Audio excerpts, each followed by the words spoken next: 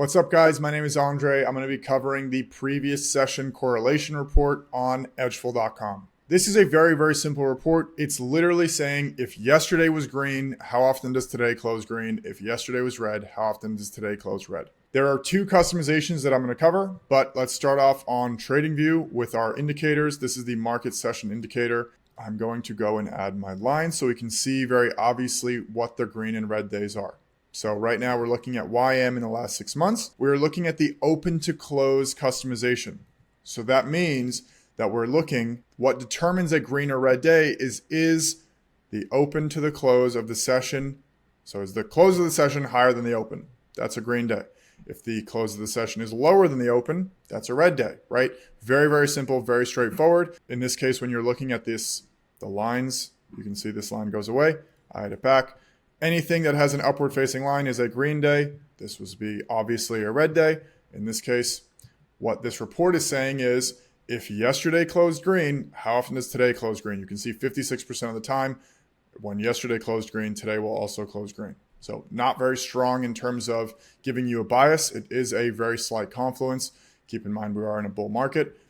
So that is the open to close customization. If we go to the previous close to close, this is how typical stocks, this is how equity markets measure green or red days. So I think Amazon's actually a pretty good example right now.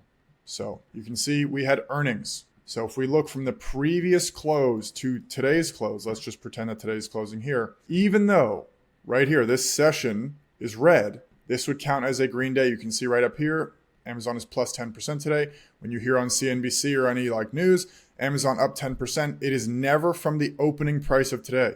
It's always from the previous session's close because this accounts for larger gaps, right? Obviously, Amazon is up huge in terms of price, but if you were to look from the open to the close of the session, you would not be able to see that.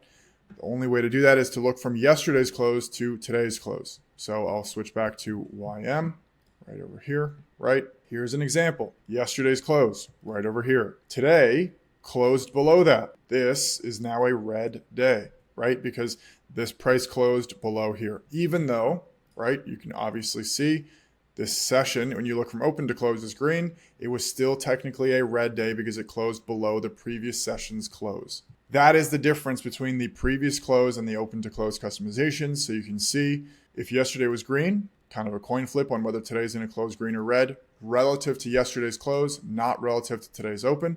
And now what you can see is when yesterday closes red, almost 70% of the time, price will close above yesterday's close.